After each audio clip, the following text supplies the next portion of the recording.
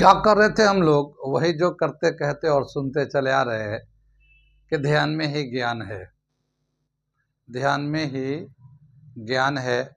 मैं साबिर अलीगढ़, आप देख रहे हैं ILCC अली क्लास है, जो अलीगढ़ बेस्ड नीट जेई का रेजिडेंशियल कोचिंग क्लास है। साथ ही AMU, जामिया, BHU और दूसरे यूनिवर्सिटी के दूसरे एंट्रेंस की भी तैयारी कराते हैं, जैसे 9th 11 diploma engineer, BSc nursing, CET, CUT, paramedical, NDA, CDS वगैरह वगैरह बहुत सारी तैयारियां होती है। और ये सारी तैयारियां इनके एक्सपर्ट गाइडेंस के अंडर में होता है। तो वो लोग जो लोग तैयारी करना चाहते हैं कांटेक्ट कर सकते हैं। ऑनलाइन ऑफलाइन दोनों ही मोड अवेलेबल है। हम लोग कर रहे थे mathematics class 10th geometry, triangle, similar triangle से कर रहे थे। और उसमें हम लोगों ने BPT थ्योरम बताया, कन्वर्स भी बताया, उससे रिलेटेड एक दो एग्जांपल्स भी बताए। अब हमने ये एक क्वेश्चन जो एक अलग से हमने बना के दिया है, ये हमने एक अलग से क्वेश्चन बनाया है जो आपके NCERT में भी नहीं मिलेगा। साथ ही RD शर्मा हो, RS अग्रवाल हो या दूसरा कोई रिफ्रेशर है, उसमें भी नहीं होगा। ये एक हमने जनरल सवाल बनाया है। मैं इसे पढ़ता हूँ, समझाता हूँ, फिर मैं प्रूफ करके दिखाता हूँ, एक रिलेशन बताऊंगा आपको, एक कंसेप्ट बताऊंगा आपको, ताकि आपको कंपटीशन में, बहुत सारे कॉम्पिटिशन्स होते हैं, उनमें इस तरह के क्वेश्चंस को वैसे तो कभी पूछा नहीं है, क्योंकि ऐसा क्वेश्चन बनाने के लिए एक थिंक टैंक की ज़रूरत होती है, जो बहुत कम इंस्टीट्यूट में है।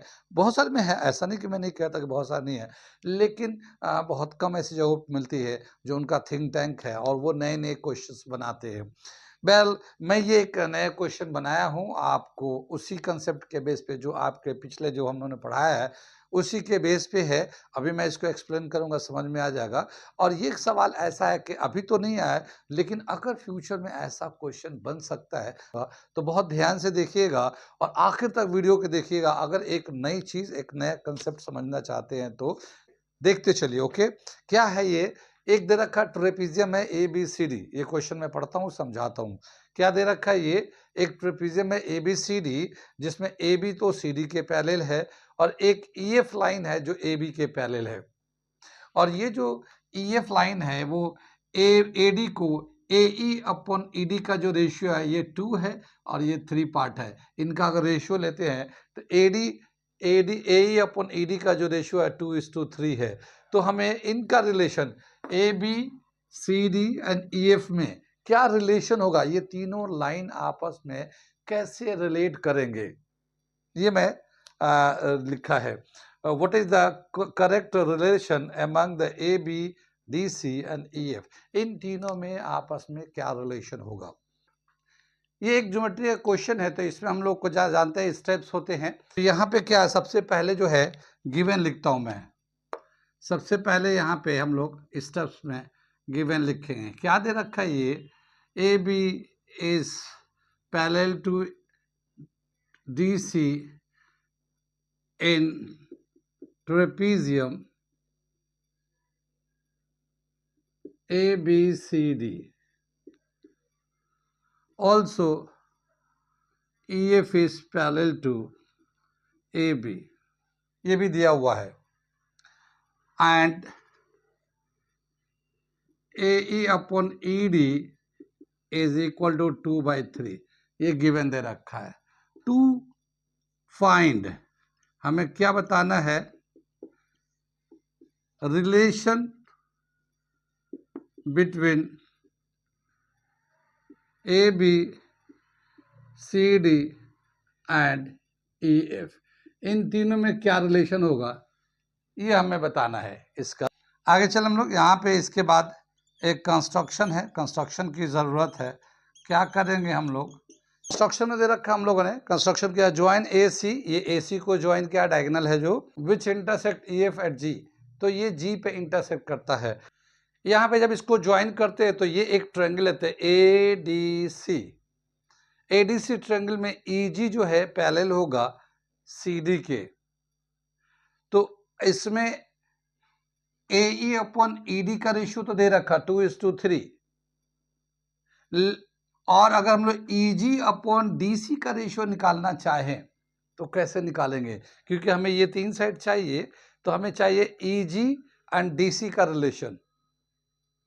तो इसको हम लोग याद है, एक हम लोगों ने बीपीटी थ्योरम के हिसाब से बहुत सारे क्वेश्चन हमने कराए हैं और वहाँ पे हमने बताया था कि जब भी कभी इस वाले साइड को इसके साथ रिलेशन निकालना है तो हमें अक्सर गलत हो जाता है। हमें दो छोटे और बड़े ट्रायंगल्स बनाने हैं। एक छोटा ट्रायंगल ए ई जी लेंगे और एक बड़ा ट्रायंगल ए डी सी लेंगे। ठीक है, तो सॉल्यूशन कर रहे हैं। In triangle ADC EG is parallel to CD। ठीक है ना, EG पैरेलल है। अब यहाँ पे क्या करेंगे, हम लोग दो ट्रायंगल ले लेते हैं इस तरह से।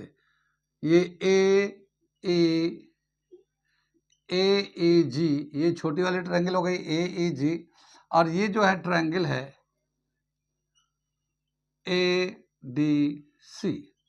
अब ये देखिए यहाँ पे AE जो है, यहाँ AE का जो लेंथ था वो 2 है और AB का जो AD का जो लेंथ होगा पूरा यहाँ से यहाँ तक, ये दोनों को प्लस कर देंगे तो ये 5 हो जाएगा। ये यहाँ से AD का लेंथ, और ये दोनों ट्रायंगल सिमिलर होंगे। कैसे सिमिलर होंगे कि जब ये लाइन इसके पैरेलल है तो ये वाला एंगल इसके बराबर करस्पॉन्डिंग एंगल होगा, और ये छोटा वाला, ये वाला एंगल हम लोग छोटे ट्रायंगल बड़े ट्रायंगल में भी ले सकते हैं। ये एंगल, ये वाला एंगल इसके बराबर होगा करस्पॉन्डिंग एंगल, और ये वाला एंगल दोनों में है, छोटे ट्रायंगल बड़े ट्रायंगल दोनों में है। इससे भी कर सकते हैं या इधर से भी ये वाला एंगल भी ले सकते हैं। तो ये दोनों ट्रायंगल हमारा सिमिलर हो जाता है। सिमिलर हो जाता है तो दोनों का करस्पॉन्डिंग साइड का रेशियो बराबर होते हैं। तो क्या लिखेंगे, here triangle AEG similar to triangle ADC, इसके ट्रायंगल के सिमिलर होगा। ठीक, और ये AE अपॉन AD का जो रेशियो होगा वही EG अपॉन DC का या CD का रेशियो होगा। ये इसका इसके साथ होगा, ये छोटा साइड इस साइड के साथ, ये साइड इस साइड के साथ रेशियो हो जाएगा। अब देखो AE का जो वैल्यू है वो तो 2 है और AD का वैल्यू 5 है। ठीक, ये EG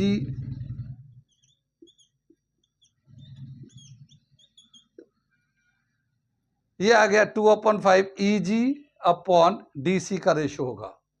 ठीक है ना, EG अपॉन DC का जो रेशियो होगा, EG अपॉन DC का जो रेशियो होगा वो 2/5 होगा। इसको इक्वेशन नंबर 1 ले लिया।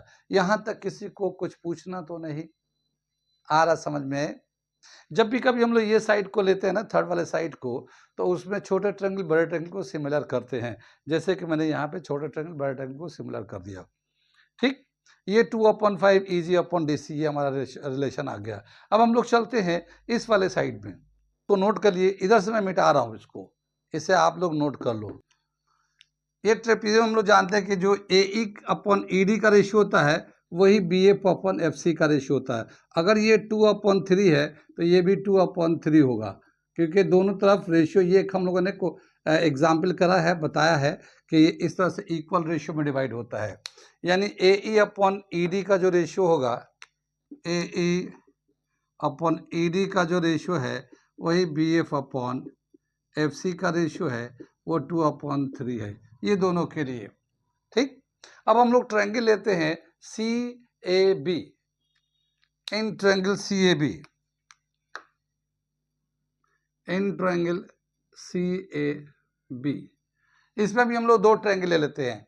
एक ट्रायंगल लेते हैं CGF, हम इसको उलट भी देते हैं, इसको रेसिप्रोकल कर लेते हैं। तो ये ले लेते हैं हम लोग। ठीक है, ये जो ट्रायंगल है CAB में दो ट्रायंगल ले लिया हम लोगों ने। एक ले लिया CGF, ये CGF, और दूसरा ट्रायंगल ले लिया CAB, बड़ा ट्रायंगल ले लिया। तो ये दोनों ट्रायंगल CGF एंड CAB, ये दोनों ट्रायंगल सिमिलर होंगे। कैसे सिमिलर होंगे? क्योंकि ये जो लाइन है इसके पैरेलल है तो ये एंगल इसके करस्पॉन्डिंग हो जाएगा, यानी जो F एंगल है वह एंगल B के बराबर हो जाएगा, और ये एंगल C जो है दोनों में कॉमन आ जाएगा। छोटे ट्रायंगल बड़ा ट्रायंगल में, ये छोटे वाला ट्रायंगल में भी आ जाएगा, इस वाला ट्रायंगल में भी, और ये बड़े वाला ट्रायंगल में भी आ जाएगा इसमें। तो ये दोनों ट्रायंगल सिमिलर हो जाएंगे, इनका करस्पॉन्डिंग साइड का रेशियो बराबर हो जाएगा। अब हम लोग देखते हैं यहाँ पे CF अपॉन CB, हम लोग क्या लिखेंगे, CF अपॉन CB का जो रेशियो होगा वही GF अपॉन AB का रेशियो होगा। कुछ बात समझ में आ रही है? C F upon C B का जो रेशियो होगा वही G F upon A B का रेशियो होगा, क्योंकि ये दो ट्रायंगल सिमिलर, यहाँ पे देखिए C F upon C B G F upon A B का रेशियो बराबर होगा अगर दो ट्रायंगल सिमिलर होता है तो। ठीक है, तो हमने सिमिलर कर दिया, ये दोनों ट्रायंगल सिमिलर है तो ये दो रेशियो सेम आ गया। आगे चले, यहाँ पे देखिए, यहाँ पे सी एफ का वैल्यू कितना है 3 और सी बी का वैल्यू कितना हो जाएगा 5। ये यहाँ से सी एफ का वैल्यू कितना रहेगा, ये सी एफ का वैल्यू होगा 3 और सी बी का वैल्यू हो जाएगा 5। तो ये सी एफ अपन सी बी का जो रेशियो होगा वो 3/5 हो जाएगा। ये 3 है, ये 5 है, और ये जी एफ अपॉन ए बी का रेशियो के बराबर हो गया है। ठीक है, कितनी बात समझ में? यहाँ से हम लोग जी एफ का वैल्यू निकालते हैं, 3/5 into A B is equal to G F. ये हम लोगों ने सेकेंड इक्वेशन कर लेते हैं। यहाँ पे जो हम लोगों ने फर्स्ट इक्वेशन किया है इसको हम लोग ई जी का वैल्यू निकाल लेते हैं, तो ये 2/5 D C is equal to E G, इसको हम लोग ई जी, ये इक्वेशन नंबर 1 कर लेते हैं, इसको हटा लेते हैं इसको। ठीक है, इसे इक्वेशन नंबर 1 कर लेते हैं। E G is equal to 2/3 D C और ये है G F is equal to 3/2 A B. ये दो हम लोगों ने ये ई जी का लेंथ निकाल लिया, ये ई जी का लेंथ निकाल लिया, ये हो गया, और जी एफ का लेंथ ये निकाल लिया। अब इन दोनों को ऐड कर देते हैं हम लोग, एडिंग इक्वेशन 1 एंड 2, इसको 1 एंड 2 को ऐड करते हैं। तो देखिए ये ई जी है वहाँ पे और ये है जी एफ, इन दोनों को ऐड कर दे तो ई जी का वैल्यू है 2/5 डी सी और ये है जी एफ 3/5 ए बी। ठीक है, यहाँ पे एलसीएम ले लेते हैं हम लोग, इन दोनों को जब प्लस करेंगे ई जी प्लस जी एफ तो ये ई एफ हो जाएगा, तो ये तो ई एफ आ जाएगा हमारा, और इसमें जब एलसीएम लेंगे तो दोनों का नीचे 5 है तो 5 ये ऐसे ही आ जाएगा, तो 2 D C upon 3 A B. कितनी बात सुन में? ये 5 को इधर से क्रॉस करेंगे तो ये हमें मिलेगा, क्या मिलेगा, 5 E F is equal to 2 C D plus 3 A B. ये हमारा एक रिलेशन निकल जाएगा तीनों साइड का, यानी A B C D and E F का जो रिलेशन होगा 5 E F, 5 times E F is equal to 2 times C D plus 3 times A B. ये रिलेशन निकल के आ गया जो हमसे कहा गया है कि इन तीनों साइड का क्या रिलेशन होगा। इतनी बात समझ में आ गई। हम लोगों ने क्या किया, एक बार इस ट्रायंगल को ए डी सी वाले ट्रायंगल, बड़े वाला ट्रायंगल को लिया, इसमें दो ट्रायंगल लिया ए ई जी एंड ए डी सी, ये हम इन दोनों को सिमिलर कर दिया। हम लोग जानते हैं, बहुत क्वेश्चन कर चुके हैं ऐसे, तो इसको सिमिलर कर दिया और इनके ये जो दो साइड है जिसका वैल्यू दे रखा है A D A E and A D का जो रेशियो दे रखा है ये 2/3 था तो ये 2/5, टोटल 5 हो जाएगा, ये 2 होगा और टोटल बड़ा वाले ट्रायंगल लेंगे तो 5 हो जाएगा, तो ये 2/5 इसका वैल्यू आ जाएगा और ये ई जी एंड सी डी का रिलेशन निकल जाएगा। यहाँ से ई जी का वैल्यू निकाल लिया हम लोगों ने। ठीक है, इसी तरह से ये वाला ट्रायंगल लेते हैं हम लोग, सी ए बी, इनमें से एक छोटा triangle C G F and C A B, ये दो ट्रायंगल को सिमिलर किया, उनमें यहाँ पे जो साइड का ये 3 था और ये टोटल जो लेंगे तो वो 5 हो जाएगा। जैसे यहाँ पे दिखा है कि ये 2 एंड 3 रहेगा, क्योंकि ट्रेपीजियम में जब भी कभी एक लाइन पैरेलल, जो थर्ड साइड होता है पैरेलल होता है दोनों के, तो उन दोनों साइड्स को, जो नॉन पैरेलल साइड होता है उन दोनों साइड को इक्वल रेशियो में डिवाइड करता है। ये हम लोगों ने एग्जाम्पल वगैरह में कर रखा है, इसको पीछे एग्जाम्पल जो कराया है उसमें कर रखा है, तो ये भी आ गया। अब यहाँ पे हम लोगों ने इन साइड का यानी C F upon C B G F upon A B का रेशियो लेके ये 3/5 कर लिया, इन दोनों को ऐड किया और सिंप्लीफाई किया तो क्या देखते हैं, 5 times E F is equal to 2 times C D plus 3 times A B के बराबर है। ये एक रिलेशन हमारा आ गया। ये क्वेश्चन अगर आप जाकर देखेंगे तो आपको आर डी वगैरह में नहीं मिलेगा, आर एस अग्रवाल है या दूसरे जो जैसे लीडिंग जो रिफ्रेशर आर डी है तो उसमें भी नहीं मिलेगा, और कहीं तो मुश्किल से मिलेगा। और ऐसे सवाल बुक में तो है नहीं, क्योंकि एनसीईआरटी में तो बहुत सारे कोर्स कम कर लिए हैं। तो ये हमने एक सवाल इसी टॉपिक से बनाया है बताने के लिए। अब इसको हम लोग कैसे मेमोराइज करेंगे? ये जो रिलेशन आ रहा है, अगर हमें एकदम एक बार ने 1 मिनट के अंदर में अगर करना चाहते हैं तो कैसे करेंगे हम लोग? देखते ही बताना कि इसका आंसर ये होगा, वो कैसे बताएंगे? तो अब मैं वो शॉर्टकट ट्रिक्स बता रहा हूँ जिसको आप देखते ही बता सकते हैं कि ये इसका आंसर इन तीनों साइड का रिलेशन क्या होगा, A B C D and E F में रिलेशन क्या हुआ, देखते ही बताएंगे। ठीक है, तो अब मैं इसको मिटा के वो ट्रिक बताता हूँ। ये हमारा फाइनल रिलेशन है, ये तो समझ में आ गया ना। ये अगर ये समझ में आ गया तो वो ट्रिक्स जो मैं बताने जा रहा हूँ वो समझ में आ जाएगा। मिटा दे इसको।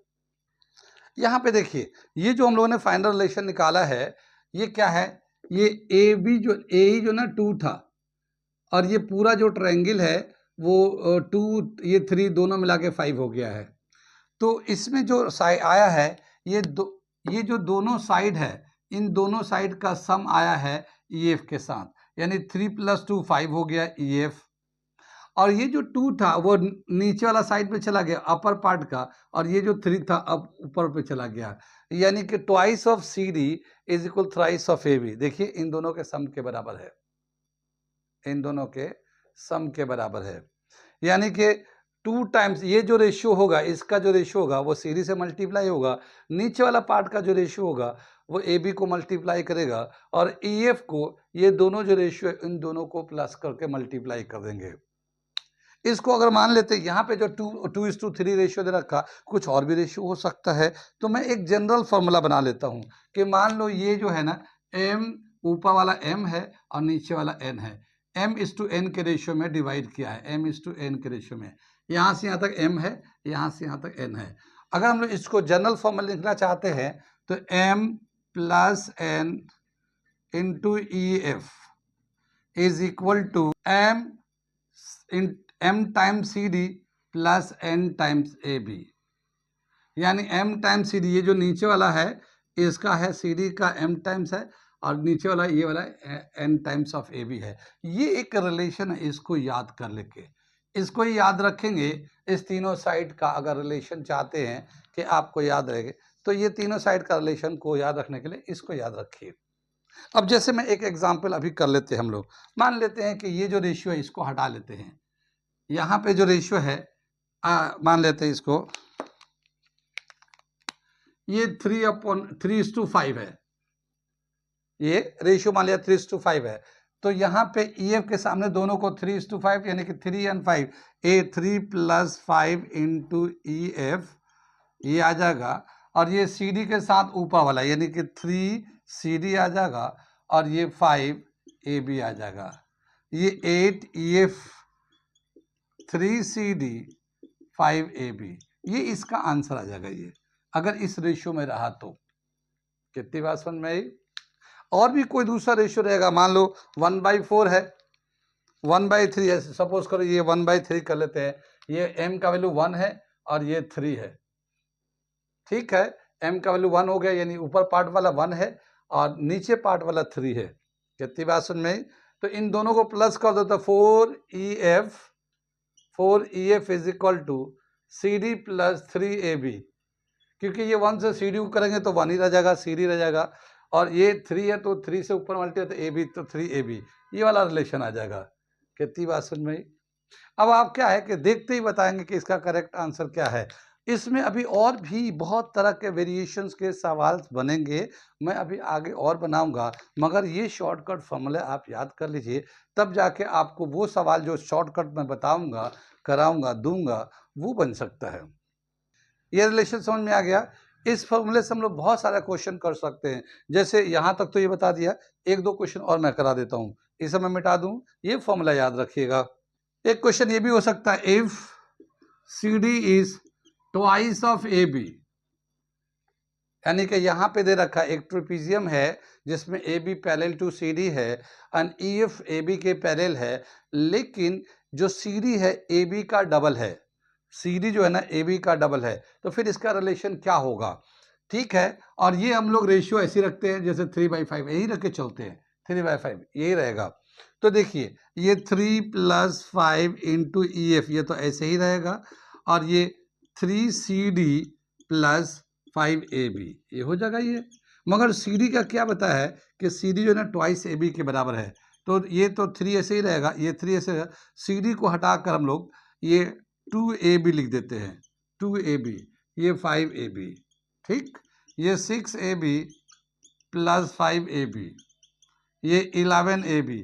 तो अब क्या समझ में आया कि ये 8EF is equal to 11AB, इस तरह से इसका रिलेशन आ जाएगा। ये अगर हमें CD is twice of AB, बहुत सारे जो ज्योमेट्री में दे रखा है कई सारे जगहों पे कि एक ट्रेपीजियम है जहाँ पे जो पैरेलल साइड है CD जो है ना ट्वाइस ऑफ AB है, तो अगर ऐसा कर लेता तो इस तरह से हम लोग CD को हटा के 2AB लिख के इस तरह से कर सकते हैं। तो ये भी एक चेंज है, क्वेश्चन का चेंज है, ठीक है ना, एक तरह का क्वेश्चन है ये, इस तरह से भी कर सकते, मगर ये रिलेशन आपका मेन है, ये रिलेशन मेन है।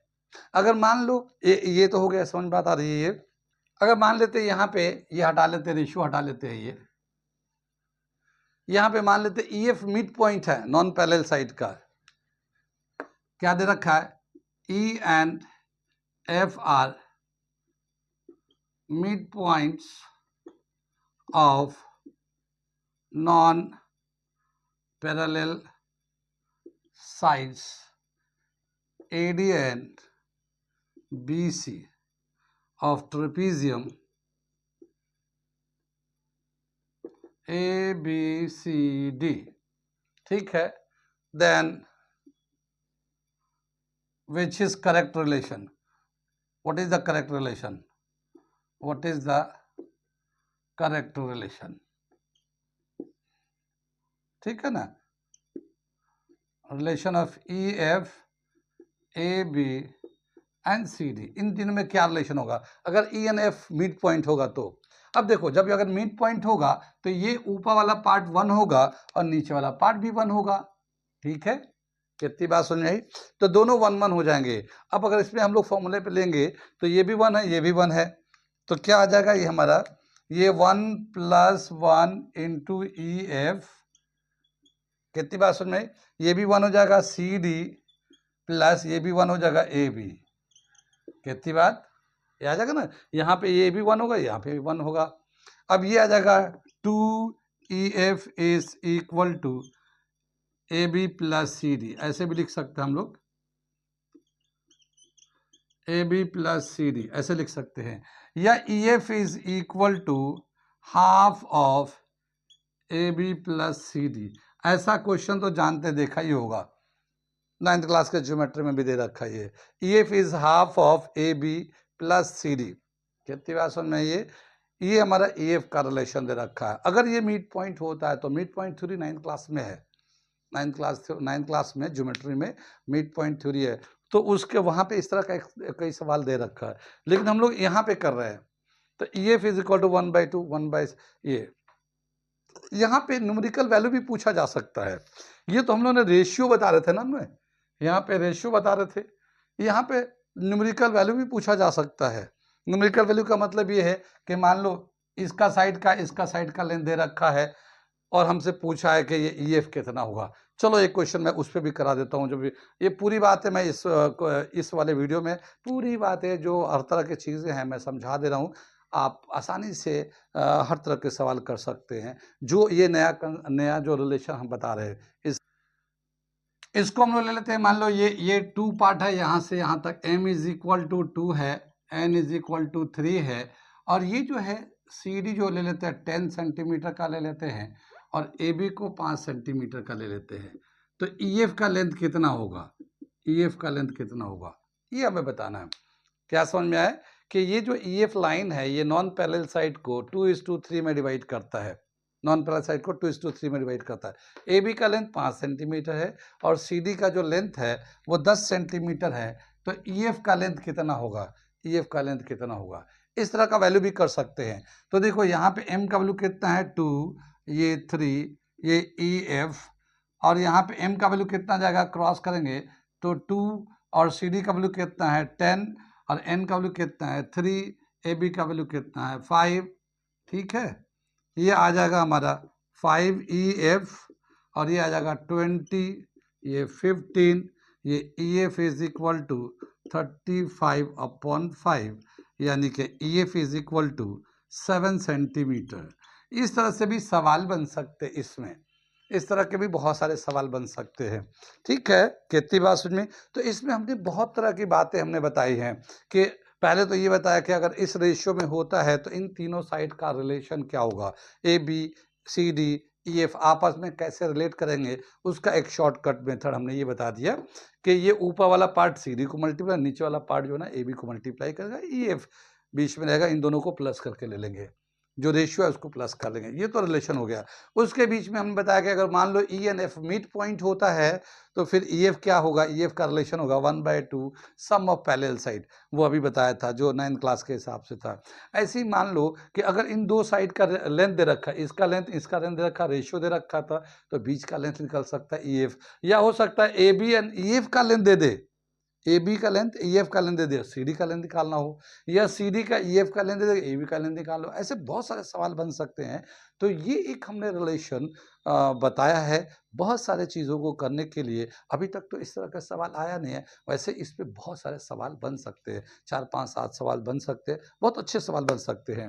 पहले इसको आप रिवीजन करिए, जो लोग चाहते हैं कि मैथ में थोड़ा-सा मजबूती आए, मैथ पे कमांड हो, तो इसको भी रिवीजन करके समझें और इस तरह के क्वेश्चन को और भी प्रैक्टिस करें। वैसे मिलेगा नहीं, सबसे बड़ी बात है कि जब कोई रिफ्रेशन में क्वेश्चन हो तो प्रैक्टिस करें, मगर आप अपने से सेल्फ वैल्यूज़ ले लेके बना सकते हैं। आप प्रैक्टिस करना चाहते हैं तो सेल्फ वैल्यू लीजिए कि इसका इतना वैल्यू ले लो, इसका इतना वैल्यू ले लो, तो इसका क्या आंसर होगा, ये रिलेशन है, रिलेशन तो पता ही है, तो उस तरह से आपको ये रिलेशन पक्का हो जाएगा। क्वेश्चन आएगा, नहीं आएगा, ये एक अलग बात है। मगर हाँ, अब चूँकि मैंने वीडियो बनाया है, तो हो सकता है कि कोई एग्ज़ामिनर देखे और समझे कि ये इस तरह की चीज़ें भी पूछी जा सकती है और वो उसमें अपने नए आइडियाज़ को ला के कुछ नई चीज़ें पूछने की कोशिश करे।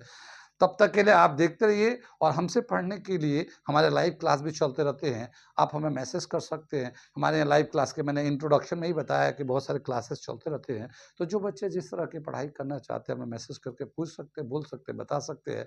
मैं नए-नए क्वेश्चन इस तरह के बनाते रहता हूँ। तो आप चाहते हैं कि नए क्वेश्चन जो आरडी में भी नहीं है, जो आरएस में भी नहीं है, अगर रेगुलर आप उस तरह के क्वेश्चन को देखना चाहते हैं, समझना चाहते हैं, तो आप हमारे चैनल को सब्सक्राइब कर लें और आज ही कर लें। क्योंकि फिर अगला क्वेश्चन बहुत सारे आते रहेंगे, तो मैं हर 1-2 दिन में कोई ना कोई नए-नए क्वेश्चन बनाता हूँ, जो आपके बुक में कांसेप्ट है उसी के बेस पे बनाता हूँ। तो और आपको इस तरह के क्वेश्चन से वो बच्चे जो मेहनती है, जो बच्चे बेचारे वो थोड़ा-सा ऐसे हैं, वो तो अपना बोर्ड के एग्ज़ाम ही अच्छे से कर ले, वो बहुत बड़ी बात है। लेकिन जो बच्चे इंटरेस्टेड है, मैथ में मज़ा लेते हैं, वो ज़रूर हमें चैनल को सब्सक्राइब करके फॉलो कर लें। ठीक है, थैंक यू फॉर वॉचिंग।